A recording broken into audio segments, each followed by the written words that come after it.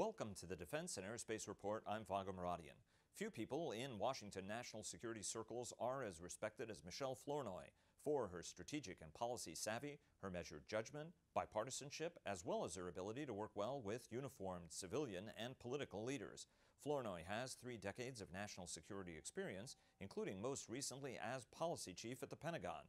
Now the CEO for the Center for a New American Security think tank, Flournoy is considered the frontrunner to become the nation's first female defense secretary if Hillary Clinton wins the White House, but has not joined the campaign team.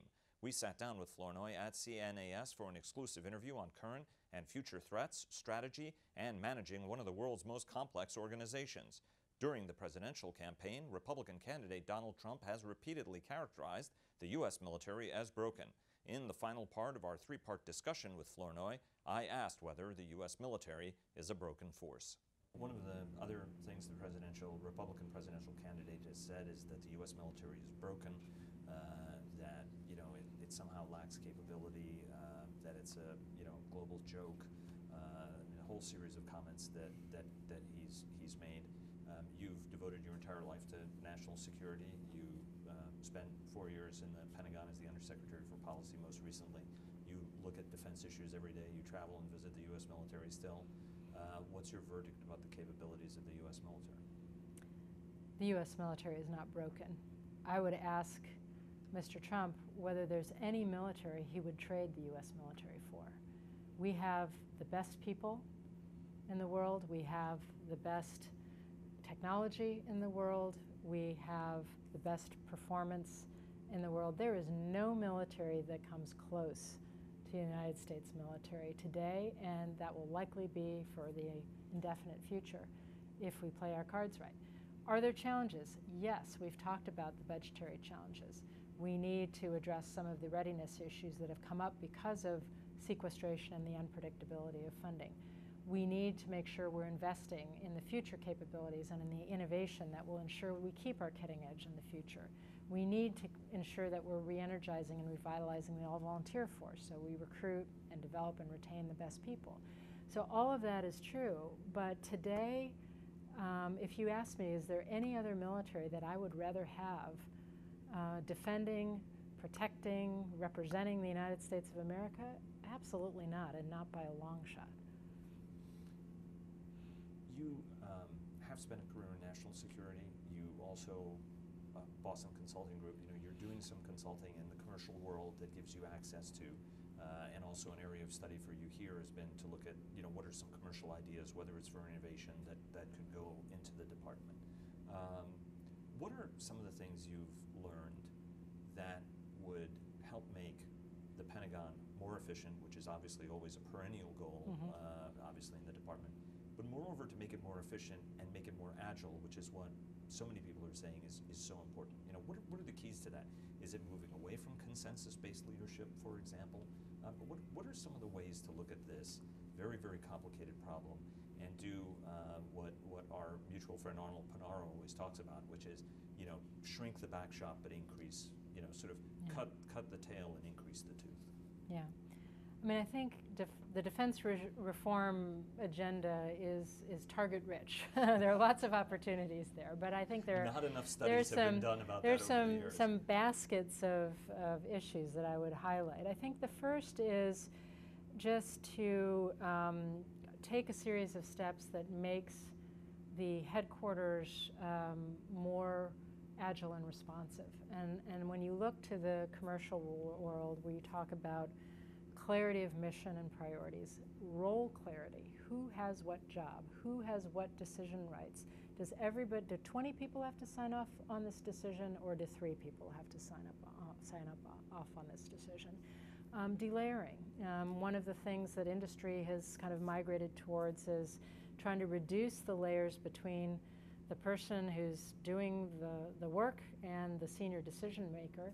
In industry, if you have more than 7, 8 layers, people start really worrying about your ability to be agile and responsive in a business context. I think the Pentagon has a few more layers than that. So the whole question of delayering, it's not just about jettisoning people. It's not a sort of mechanical exercise. It's really the question of how do I streamline decision-making and clarify decision-making so that I have a more agile, responsive organization. We have there's a lot of stakeholders in the Pentagon, and I think you have to have somewhat of an inclusive decision-making approach to ensure that you get buy-in from the people who actually have to implement the strategy at the end of the day. But I do think some greater clarity would help. Then there's a whole set of things with regard to acquisition and innovation. You know, we're not in a world anymore where DoD drives the bulk of research and development and technology development that's relevant to the department. A lot of that cutting edge is now out in the commercial world. So we need different processes and approaches and vehicles for accessing that innovation that's happening out in the commercial sector. And we need to adapt our approach to acquisition. You know, we're not going to be able to acquire IT applications and systems that are basically renewing themselves generationally, you know, within 12 to 18 months. The same way we acquire an aircraft carrier or a fighter jet. I mean, we have to adapt our systems to the task at hand. And then I think service delivery. There's a lot. Healthcare was a good example. There are places where we could actually be delivering better quality of service and support to our service members, I believe at lower cost, if we were to adopt some of the best practices that are showing results in the commercial sector. Let me take you to, on that front, I mean, the Goldwater-Nichols reforms are, you know, that's a top priority. Senator McCain has obviously championed those. Mac Thornberry has been championing those. As you look at Goldwater-Nichols, what are the parts of it, in your view, that need to be changed, and what are the parts of it that don't need to be changed? You know, I think there's a lot of Title X and the core of Goldwater-Nichols, the roles and responsibilities of the chairman, the roles and responsibilities of the SecDef, how that system works. I think that we got it right in the original legislation, and I think we should be very careful about making changes. I think where the emphasis on reform on the Hill is helpful is in looking at the question of where does the Secretary need additional authorities to actually implement some of these best practices in management. You know, whether it's being able to right-size and adjust your workforce, whether it's being able to change organizations and realign incentive structures. I mean, it's giving, I think, the leadership the authorities to actually sort of bring the department into the 21st century. I mean, think about it. Most of the department's business processes came in with Robert McNamara, and they were really cutting edge coming out of Ford Motor Company in the 1950s. Not so cutting edge now, yeah, you know. We need PBS and stuff like that was in 1961. So you know, I think that there needs to be some flexibility to try to bring aspects of the business enterprise into the 21st century. And I'm not suggesting that we need to, I think you want to be careful about completely redesigning the department or all of OSD or all of the Joint Staff, some of the more ambitious proposals that have been put on the table, because the first, you know, rule is don't do harm, you know, don't make it worse. But I do think giving leadership the flexibility to pilot things, to demonstrate their value, and then to scale what works is really, really important. I want to take you to retaining the best and the brightest. I mean, Secretary Carter has focused on the Force of the Future initiative to look at a modern economy and try to get all of the people who may not consider going to military service, or very good people who are wearing uniform who may consider getting out of it because they view military service to be not as flexible and you know, the compensation might not be there or the education levels might not be there. But there are those folks who look at this and say, look, that's a laudatory goal. But the challenge of doing that is that then the cost of the all-volunteer force merely becomes more expensive. And as a consequence, that all-volunteer force then continues to shrink ultimately, because the trade-off is always between readiness and new equipment as well as people. At some point, as the department tries and spends more money to maintain or attract this top talent, does the department at some point have to say the fundamental view of our fiscal model is no longer accurate, that we are going to have to go to Congress and simply ask for more money to get those extra people, without which we can't accomplish the strategic goals of the nation worldwide? I do think we probably need some top-line relief over time, but I actually think that the real key to sustain, I think the all-volunteer force is the right answer. I would not want to go back to a world of conscription for the kind of military we will need in the future. I would like to create more opportunities for people to serve, to create more flexible career paths so that people may be able to come in, have periods where they're out, come back in. I know it's complicated to manage, but I think once you invest in training up talent, you know, if someone wants to take a 3 or 4 year stint out and be in the reserves for a while where they're doing something else, and they have some fabulous experience in the private sector or in the nonprofit sector, and then they want to come back in, why wouldn't we build those on-ramps? We've made that investment. They've probably only been enriched in their experience by what they've done outside. Why wouldn't we want to leverage that talent coming back in? So I thinking through more flexible approaches to career management, more permeability between active and reserves, more flexible contracts for reserves. I mean, when you think about the cyber domain and space and some of these others, you know, do we really care if someone has to wear a uniform and cut their hair? Do we care as much about them passing the PT exam? If we can create a cadre of digital warriors who hack on the weekends for the US military or cybercom, you know, do we want to have a different set of rules for being able to access that talent? I think those are the kinds of questions we need to be open to. And I also think in terms of you know, this generation where both men and women want to be participatory parents, figuring out the flexibility in terms of managing family and a career in the service, and again, creating more, you know, paternity leave opportunities, maternity leave, and so forth. Yes, in some cases it's going to increase some cost in the near term, but in the long term it's going to pay huge talent retention dividends if we can crack the code.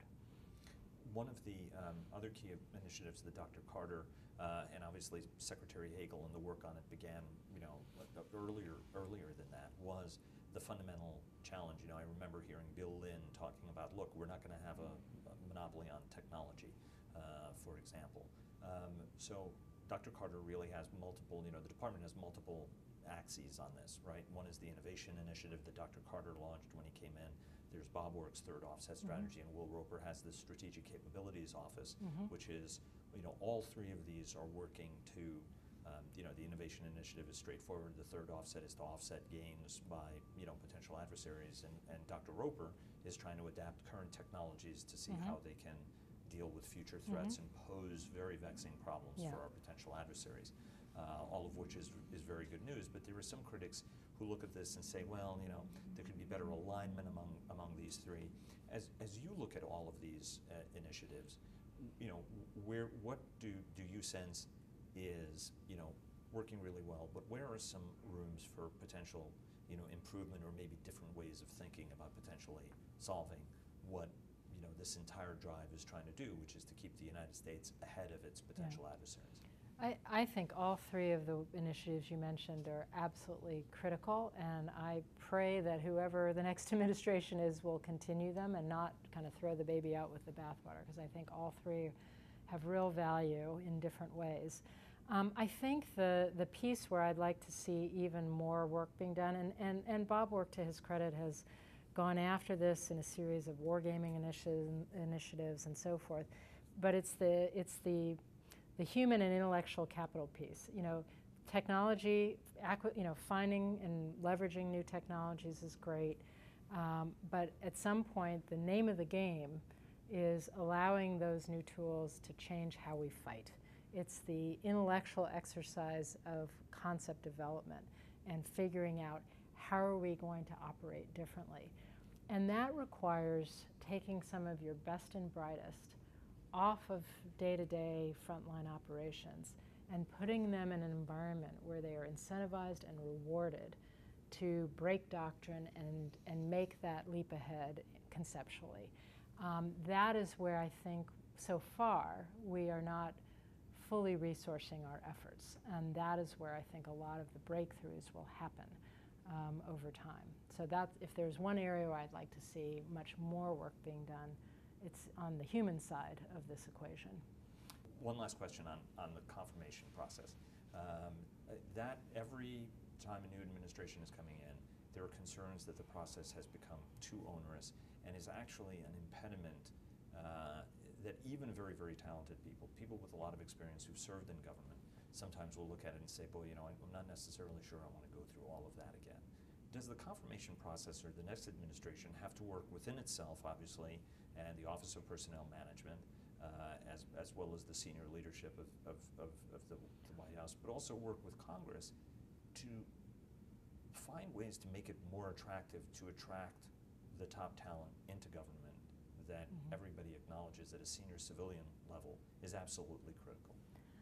I'd say two things. One, I want to, applaud the bipartisan effort that Senator Levin and Senator McCain made in 2009. Their argument, I think it was Levin and McCain, there was an op-ed they wrote about this, that we're a nation at war. We've got an active global counterterrorism campaign. We've got Iraq. We've got Afghanistan. We have to be serious about national security. We've got to get a team in place. We've got to do our part. And they made a commitment up front to put the team through as a team, to hold regular hearings, to be as responsive as possible. As soon as they get paperwork from the White House, they were scheduling a hearing. I think I would love to see that kind of commitment again from the Congress, given the volatility of the security environment and all of the challenges that we are facing each day. This is not a time to be slow on getting the national security team confirmed. And I think that experience in 2009 shows that it is possible where there's political will and a real bipartisan approach. So I'd like to see, I think that's something to build on. And not see what happened to poor Eric Fanning, where he was well, and suspended towards the end of long. administration, what happens is that sense of urgency, that sense of common cause can erode, and people start using individual holds to hold particular nominees hostage to issues with which they have absolutely no connection and over which they have absolutely no control, which is, I think, detrimental to our national security in the end. We can't have a Defense Department or a national security apparatus with no one home. So I think this is an important thing to raise. The other thing I would say is, historically, or at least in recent years, presidential appointees, Senate-confirmed appointees to the Department of Defense are held to a different standard than those in other agencies in terms of conflict of interest. And that has actually hampered, in my view, the Department of Defense's ability to attract talent from the private sector. If you're going to another agency, putting your assets in a blind trust and recusing yourself when necessary is enough. Coming into the DoD, that's not been enough. And so that is a huge obstacle for people coming from the private sector to get over, and yet most members of Congress are or at least on the Armed Services Committee, are on record at some point lamenting the lack of private sector and management expertise in the department. We've got to figure out a way to remove some of those obstacles to recruiting those folks while making sure that we attend to avoiding conflicts of interest. And I think there is a way to thread that needle, but it requires some rules changes to go forward. Dr. Flournoy, thank you so much. Thank you very much. Thanks for joining us for our three-parter interview with CNAS CEO Michèle Flournoy. Special thanks to Michèle Flournoy for all her time and the good folks at CNAS who made this interview possible. If you have any comments about this show or suggestions for future coverage, please email me at vmuradian@defaeroreport.com. And stay tuned to the Defense and Aerospace Report for the best in national security coverage with interviews with top defense and aerospace leaders worldwide. Follow us on Twitter at DefAeroReport and on Facebook at Defense and Aerospace Report, and you can follow me on Twitter at Vago Muradian. Have a great day.